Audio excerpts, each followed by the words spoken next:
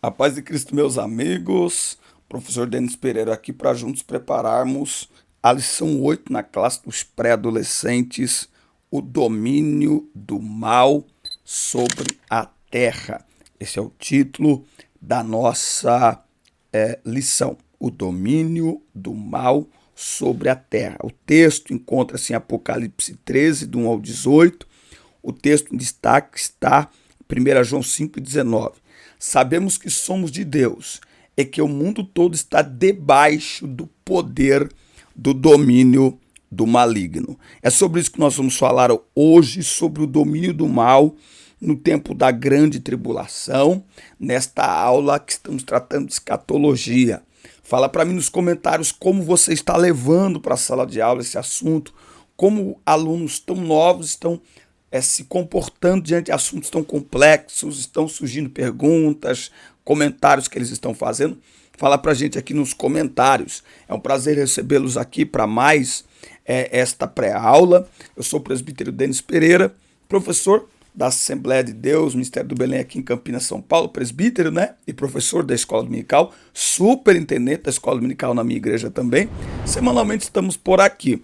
Se você não se inscreveu no canal ainda, inscreva-se, ative as notificações, dá like no vídeo e deixe o seu comentário, que é muito importante para nós.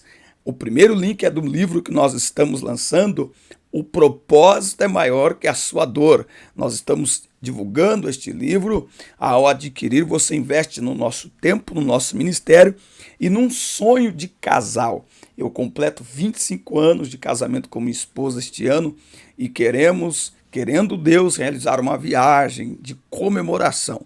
E você, ao adquirir este livro, estará nos ajudando. Faça parte dessa festa, afinal de contas, vale a pena celebrar. Tá certo, meus amigos? Nós acabamos de lançar o Fala Denão podcast. Porque Denão é o meu apelido. E lá no podcast eu explico da onde é que veio, tá bom? Neste primeiro episódio, teve a participação do pregador, do jovem Felipe Lopes. Que conversa que nós tivemos, vale a pena assistir e compartilhar. O próximo episódio será com o pastor Wanderson, mais conhecido como pastor Bisnaga, muito conhecido por todo o Brasil, líder de adolescentes da minha igreja aqui em Campinas, São Paulo. Falaremos sobre família, ministério e liderança. Irmãos, é conteúdo para abençoar a vida de vocês. Então, ajude-nos. Inscreva-se, ative as notificações, dá like no vídeo e deixe o seu comentário, que é muito importante para nós, tá? Então, Satanás domina sobre a terra. Durante a grande tribulação, a Bíblia afirma que Satanás terá autorização para implementar o domínio do mal sobre a terra. Todos quantos rejeitarem a palavra de Deus e a salvação, mediante a fé em Jesus, servirão a Satanás espontaneamente. Será um tempo extremamente difícil para aqueles que ficarem neste mundo sobre o domínio do mal. Então o inimigo já atua e o espírito do anticristo já opera, mas, durante a grande tribulação, ele terá praticamente plenos domínios sobre a terra. A Bíblia diz que agora há um que o detém, A igreja do Senhor, a presença do Espírito Santo na terra, detém a ação plena do maligno, embora ele ainda atue. Agora, uma coisa é atuar, outra coisa é governar. Quem era Satanás? As escrituras apontam que Satanás, antes de se tornar maléfico, era um anjo de luz que estava a serviço de Deus. Por causa de orgulho e ambição, para se tornar alguém como Deus, ele foi excluído da presença de Deus. E aqui comprova que Deus não criou o mal. O mal é a ausência de Deus, Nós estamos vivendo um tempo, está acontecendo terremoto, um monte de coisa no mundo. E muitas pessoas, inclusive muitos adolescentes, principalmente no TikTok, o que tem de adolescente, falando, numa linguagem bonitinha e tal, que Deus é mau, que Deus não existe coisa nenhuma, como é que pode ser um Deus de amor se ele deixa tudo isso acontecer e não sei o quê. Então presta atenção, tá? Você, professor de pré-adolescente, que diz que não tem tempo para rede social, que não distribui conteúdo nas redes sociais, né? Não é ter uma rede social para postar foto de carne moída, não. É para produzir conteúdo para alimentar esta geração que está entregue nas redes sociais, tá? Você não faz isso, tem uma turminha aí, tá muito bonitinha, falinha mansa, que tá falando cada asneira e o pior, sendo seguido por milhares, inclusive dos crentes, tá? Então, então o mal é o afastamento de Deus. Quando o homem se afasta de Deus, é muito simples, você pode até fazer uma dinâmica aí na sala de aula, se for possível. É só você. É que, né, durante o dia não dá, mas é só imaginar. Mas se você pensar, dá pra fazer. Você coloca a luz no ambiente. Quanto mais você se afastar da luz, só tem aquela luz. Se você se afastar dela, quanto mais perto, mais iluminado. Quanto mais longe, mais escuro. Escuridão, mal. Brilho, luz, o bem. Deus, escuridão, o inimigo. Entendeu? Então, quanto mais o homem está perto de Deus, mais iluminado, mais prática do bem, mais parecido com Jesus. Quanto mais distante de Deus, mais é dominado pelo maligno, tá bom? Então a presença da maldade no mundo é reflexo do pecado que entrou por uma brecha que a humanidade deu, não porque Deus criou, tá? Aí nós temos aqui também a ação de Satanás na terra, tá? Em razão de sua revolta, Satanás foi expulso do céu. A Bíblia não dá detalhes se ele procurou se arrepender ou mesmo se teria oportunidade para isso. O fato é que depois que se corrompeu, Satanás intentou. A verdade é assim, o fato da Bíblia não demonstrar que ele sequer tenha tentado se arrepender, significa, que o coração dele não tinha qualquer resquício de arrependimento. Porque Deus, ao culpado não tem por inocente, mas Deus age com justiça e ele não vai condenar alguém que se arrepende, ok? É como os filhos de Eli, Ofni e Finéias. É muito duro quando você lê lá dizendo assim, Deus os queria matar. Meu Deus, mas Deus não é de amor, de misericórdia? Então, mas na sua soberania, Deus sabia que Ofni e Finéias tinham um coração perverso, sem qualquer inclinação para a confissão ou arrependimento, tá? Então é por isso que o inimigo vazou de lá. E aí, tá? Então o diabo, sabendo do seu fim, faz de tudo para levar as pessoas a pecarem, certo? Então, se o seu afastamento de Deus o levou à condenação eterna, a missão dele é afastar as pessoas de Deus para que elas sejam condenadas, né? Vamos dizer assim, ele não quer ser condenado sozinho. Ele tem medo do escuro. Mas como ele não pode evitar o escuro, ele não quer ficar lá sozinho. Ele quer levar o maior número de pessoas para lá. Então essa é a tática do maligno, tá? A tática do maligno é levar as pessoas para o inferno. O maligno e seus demônios atuam na terra de maneira invisível, porém muito poderosa, influenciando pessoas a matar, roubar, mentir, trair e tudo que não presta. Então devemos ter em mente que ele não obriga ninguém a pecar. A decisão e responsabilidade é do ser humano, tá?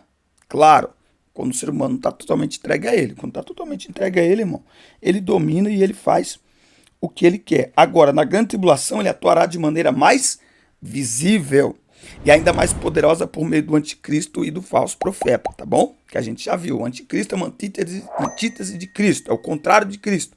Tá? Tudo que Cristo ensina, ele ensinará errado, certo? E o falso profeta é um líder religioso, tá certo? É um líder religioso. Muito bem. Tópico 2, chegando aqui, você já se inscreveu? Ainda não? Inscreva-se, ative as notificações, dá like no vídeo, deixa seu comentário, irmão. É muito importante para nós, tá? O anticristo governa. Em Apocalipse 12:13, Satanás é chamado de dragão. O anticristo é a besta ou monstro que saiu do mar. E o falso profeta é a besta que saiu da terra, tá? Então, primeiro, o anticristo se apresentará como um Deus. O domínio do anticristo seduzirá as nações com suas promessas de paz e prosperidade. Ele se apresentará como uma solução ao mundo, como um Deus que veio para salvar a humanidade imersa em uma confusão social, política e econômica, tá? Então, como esse é um tempo de guerras, rumores de guerra, fome, peste, como esse é um tempo de uma grande bagunça que ficará no mundo. Afinal de contas, bilhões e bilhões de pessoas serão arrebatadas. Então alguém tem que vir para arrumar essa bagunça. Então o anticristo ele aparece como o grande salvador. E olha só isso, como ele é enganador. A estratégia do enganador é querer se parecer com o verdadeiro. Meu Deus do céu. A estratégia do enganador é procurar se parecer com o verdadeiro, porque é nisso que reside o sucesso da sua estratégia. Quanto mais parecido com o verdadeiro o enganador for, mais pessoas ele consegue enganar e conduzi-las à condenação. Tá bom? E aí, por seus poderes sobrenaturais e suas ações enganadoras, muitas pessoas o venerarão, o adorarão, proporcionando a ele o estabelecimento do seu reino. Ele implementará um sinal. Qual é o sinal do anticristo, irmão? Esse sinal vai controlar todas as relações sociais e econômicas. Sem esse sinal não vai ser possível comer, comprar, vender. Qual é o sinal do anticristo? Responde aí para mim nos comentários, por favor, tá? Será algo, presta atenção, visível? Sim. Muitos teólogos renomados deixam muito claro que quando a Bíblia fala a palavra marca, é uma marca física que todos poderão ver. Agora preste atenção, mesmo que seja uma marca física, está em nossas mãos o sistema que o anticristo vai governar. As contas digitais, hoje, elas para nós é uma maravilha. Você não precisa ir no banco, você paga tudo. Você fica às vezes semanas sem pegar num dinheiro físico, né? Agora tem um aplicativo que você baixa no celular, no smartphone, acho que chama carteira, parece. E você coloca todos os seus cartões aqui. Então você não precisa mais carregar cartão, você encosta o cartão lá, pronto. Tudo isso é um sistema.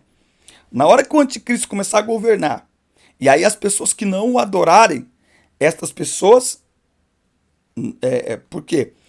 Para não adorá-lo, elas não vão receber a marca. A marca da besta não será apenas uma marca física, mas será a oportunidade das pessoas negociarem.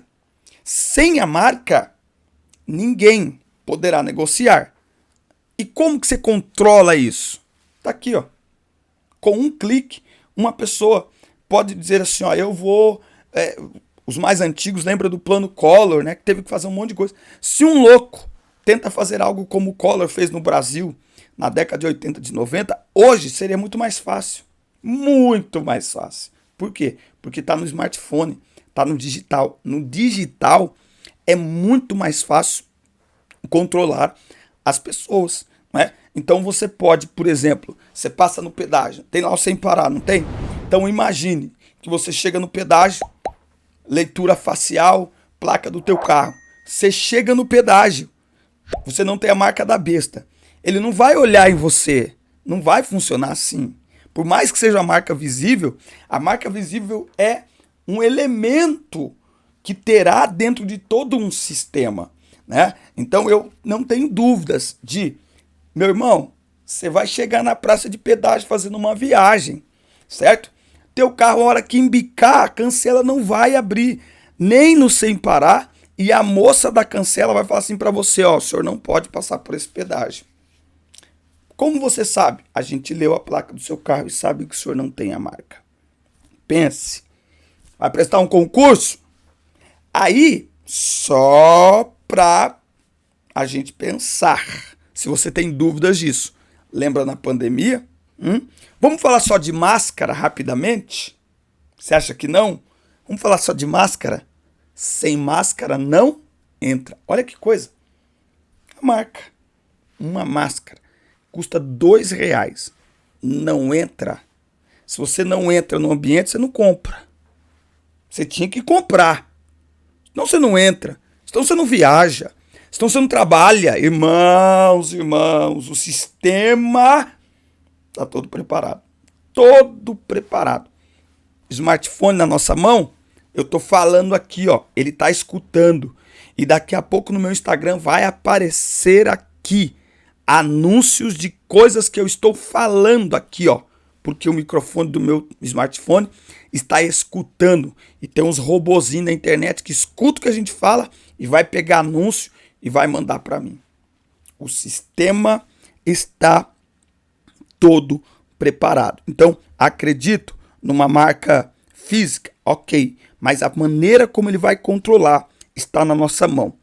Tem o controle econômico e tem o controle religioso, quando vem um falso profeta para implantar uma única religião, tá? E é nesse tempo que ele vai solicitar a adoração a si mesmo. É aqui, quando ele fizer isso, que Israel vai estranhar, falar, opa, somente ao Senhor teu Deus adorarás. Aí aqui começa, irmão, quebrar tudo. Até aqui, o anticristo se apresenta como alguém bonzinho, aquele que está salvando, que está organizando as coisas. Mas quando ele exigir adoração, que Israel se recusar a adorá-lo, é aqui que começa o tempo de dor na grande tribulação, guerra, aí o mundo inteiro vai querer destruir Israel. Depois a gente vai ver um pouquinho sobre isso, tá? Muito bem. Aí nós temos então a participação do falso profeta, que vem estabelecer uma falsa religião.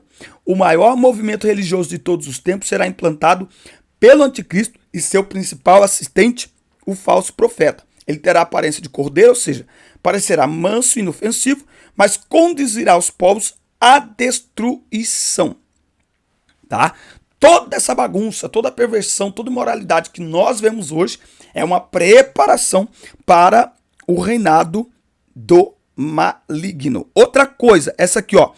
O ecumenismo, por exemplo, parece uma proposta benéfica, porém, se trata de uma estratégia maligna que prepara a mente e o coração de pessoas para o estabelecimento da falsa religião mundial, presidida pelo monstro que saiu da terra, tá? Então não tem esse negócio de querer ser bonitinho, de pagar de educado, e frequentar terreiro, e frequentar centro espírita. Não tem, irmão. Ah, o evangelho é excludente? É. Ponto, irmão. Ó, o cristianismo, o islamismo e o judaísmo são as três únicas religiões no mundo monoteístas. O que significa? Adoramos um só Deus. Os judeus e os cristãos, nós adoramos a Deus, com a diferença que nós cremos em Cristo e eles não. E os muçulmanos adoram Alá. Você não vai ver um muçulmano adorando Alá e indo no centro de macumba. Isso não é intolerância. Isso é uma questão de valores e princípios da nossa fé, naquilo que nós acreditamos. Então, o ecumenismo, a mistura, sabe? Esses dias eu vi um vídeo na internet, na verdade faz um tempinho já, tinha um padre numa igreja. Aí esse padre fez algo maravilhoso, a igreja parece que tinha pegado fogo, tinha sido inundada, e aí a igreja não tinha lugar de culto, o padre foi lá e ofereceu um lugar de culto para a igreja e tal, e aí o padre estava lá e o pastor agradeceu, deu a oportunidade para o padre. É algo muito bonito, mas a mensagem que passa é de mistura. É de mistura, tá? Então o poder, a proteção, o sustento está em nós, está no nosso meio, nós não temos que buscar lá fora. A falsa religião vai trazer o quê? Uma falsa mensagem. Claro, uma falsa mensagem. Tá? Tudo é falso porque é algo arquitetado pelo pai da mentira. Tá? Então, em nossos dias, há falsos profetas que enganam muitas pessoas, pregando um tipo de evangelho falsificado que nada tem a ver com Jesus Cristo. Tá? Por isso que a Bíblia diz, eles vão enganando e sendo enganados. Tá? Uma das coisas neste último ano que mais deixou pessoas assim decepcionadas, embora muita gente usou isso como justificativa para ir embora da igreja, gente que já estava indo, mas enfim, muita coisa foi dita em nome de Deus no cenário político e muita coisa não se cumpriu. Então, sabe, ai Jesus, esses profetas de internet é um perigo. E aí acaba que muitas pessoas acabam enganadas, outras acabam se sentindo traídas, outras acabam se sentindo decepcionadas. Falou em nome de Deus e não aconteceu. Eu vou fazer. Eu estranho. Quero concluir essa aula dizendo, eu estranho quando em um cenário todo mundo que se levanta para falar dizendo que Deus está falando, fala a mesma coisa. Eu estranho. E principalmente fala só coisa boa. Gente, espera aí. Meu Deus, nós estamos bem. Não tem pecado, não tem moralidade. Não, irmão. Eu estranho. E a história e a realidade mostra que não é assim que Deus trabalha. Quando Deus fala, ele confronta e restaura. Ele incomoda e consola, sabe? Por quê? Porque tem que consertar, irmão. Aquilo que está torto tem que ser consertado, irmão. Não pode continuar torto. Deus não opera onde tem iniquidade. Como é que Deus manda uma mensagem num ambiente que tem iniquidade, que tem prática de pecado, dizendo só que vai abençoar sem puxar a orelha de ninguém? Eu não encontro isso na Bíblia e nem na história. Então eu fico... Só que a gente tem maturidade para isso. Todo mundo tem? Não. Aí que muitos acabam sendo enganados, se sentindo enganados e se decepcionando. Então que Deus nos guarde. Nós cremos que não passaremos pela grande tribulação, mas como o espírito do anticristo já opera nos filhos da desobediência, devemos ter cuidado. O nosso compromisso é com a verdade. Mentira nem de brincadeira, irmão. O nosso compromisso é única e exclusivamente com a verdade. Amém, meus amigos? Forte abraço, muito obrigado por nos acompanhar em mais uma aula. Assista, curta, compartilhe, inscreva-se no canal e até o nosso próximo encontro. Deus abençoe vocês.